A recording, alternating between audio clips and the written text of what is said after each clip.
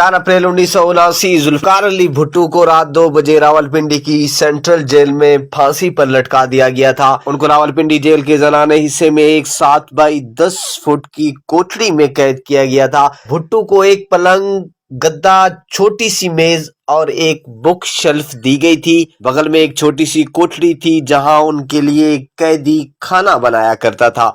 हर 10 दिन बाद वो कैदी बदल दिया जाता ताकि उस भुट्टो से उन्स ना हो जाए। कभी कभी भुट्टो के लिए दोस्त और दांतों के मशहूर डॉक्टर नियाजी उनके लिए खाना भेजा करते थे। शुरू के दिनों में भुट्टो जब बैतुल खला जाते थे तो एक सिक्योरिटी गार्ड वहां पर उनकी निगरानी करता था। भुट्टो को ये बात इंतहाई नापसंद थी कि उन्होंने तकरीबन खाना बंद कर दिया था ताकि उन्हें बैतुल खला जाने की जरूरत ना पड़े। कुछ देर बाद इस तरह की सख्त निगरानी बंद कर दी गई थी और इसलिए कोठरी के बहर अलहदा एक बैतुल खला बनवा दिया गया था। पंजाब हुकूमत के जला तारा मसीह को भुट्टो को फांसी देने के लिए लाहौर से बुलाया गया था। तारा का खानदान महाराजा रंजीत सिंह के जमाने से फांसी देने का काम कर रहा था। नाज़रीन, बेनजीर भुट्टो ने 2 अप्रैल 1979 की सुबह अपने बिस्तर में लेटी हुई थी। तभी अचानक उनकी वालदा नुसरत भुट्टो कमरे में ये कहती हुई दाखिल हुई, पिंकी, घर के बाहर जो फौजी हैं वो कह रहे हैं कि हम दोनों को आज ही तुम्हारे वालिद से मुलाकात करने जाना पड़ेगा।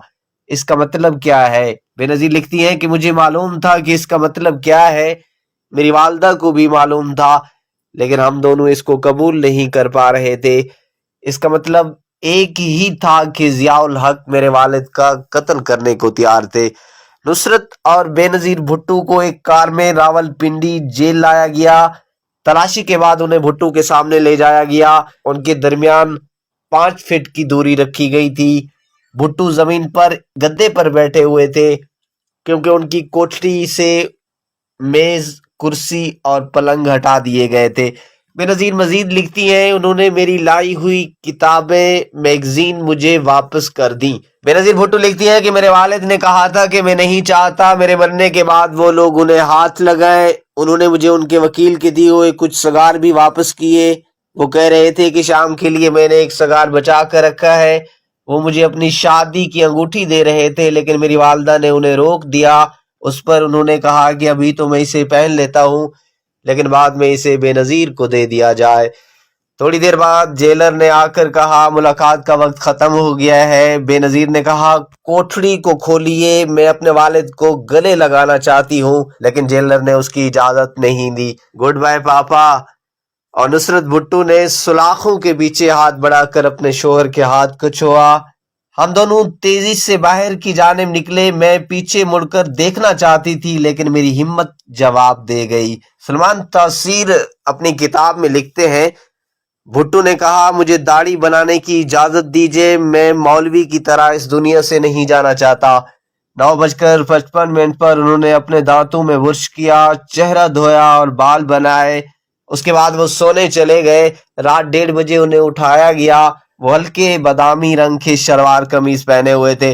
जब सिक्योरिटी एहलकारों ने उनके हाथ पीछे बांधने की कोशिश की तो उन्होंने उसकी मुखालफत की। आखिरकार उन्होंने जबरदस्ती उनके हाथ रस्सी से बांध दिए। उसके बाद उन्हें एक स्ट्रेचर पर लटाकर तकरीबन 400 गज की दूरी तक ले जाया गया। उसके बाद भुट्टो स्ट्रेचर से खुद उतर गए और फांसी के फंदे तक खुद चल कर गए। जराद ने उनका चेहरा काले कपड़े से ढांप दिया। उसके पैर बांध दिए गए। जिसे ही 2:04 पर मजिस्ट्रेट बशीर अहमद ने इशारा किया, जलाद तारा मसीह ने लीवर खींचा। भुट्टो के आखिरी अल्फाज थे, फिनिश इट। थोड़ी देर बाद एक खुफिया एजेंसी के एक फोटोग्राफर ने आकर भुट्टो के प्राइवेट पार्ट्स की फोटो उतारी। हुकूमत इस बात की तस्दीक करना चाहती थी कि आया भुट्टो के इस्लामी तरीके से खतने भी हुए थे या नहीं। तस्वीर उतारने के बाद इस बात में कोई शक नहीं रहा कि भुट्टो के खतने हुए थे। बाद में श्याम भैया ने अपनी किताब गुड बाई शहजादी में लिखा था कि बेनजीर ने उन्हें खुद बताया था कि भुट्टो की मौत के बाद इस बेइज्जती से गुजरना पड़ा। बेनजीर कहती हैं कि अम्मी की दी हुई नींद की गोलियों के बावजूद ठीक 2 बजे मेरी आंख खुल गई और मैं जोर से चिल्लाई, नो नो।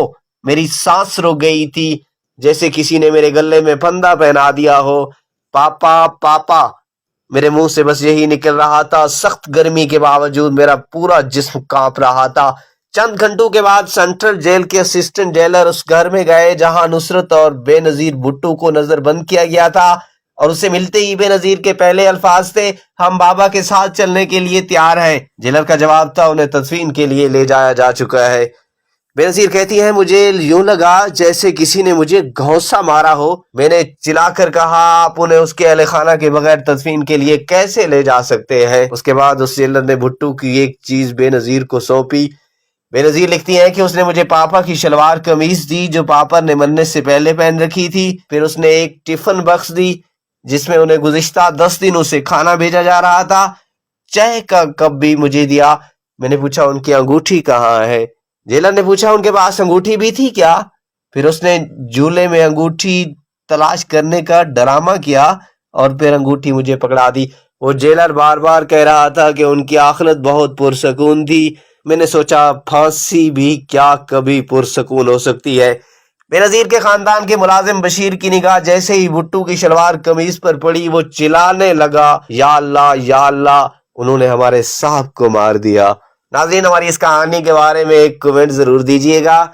हाँ, अगर अभी तक आपने हमारा चैनल सब्सक्राइब नहीं किया तो प्लीज हमारे चैनल को जरूर सब्सक्राइब कीजिएगा।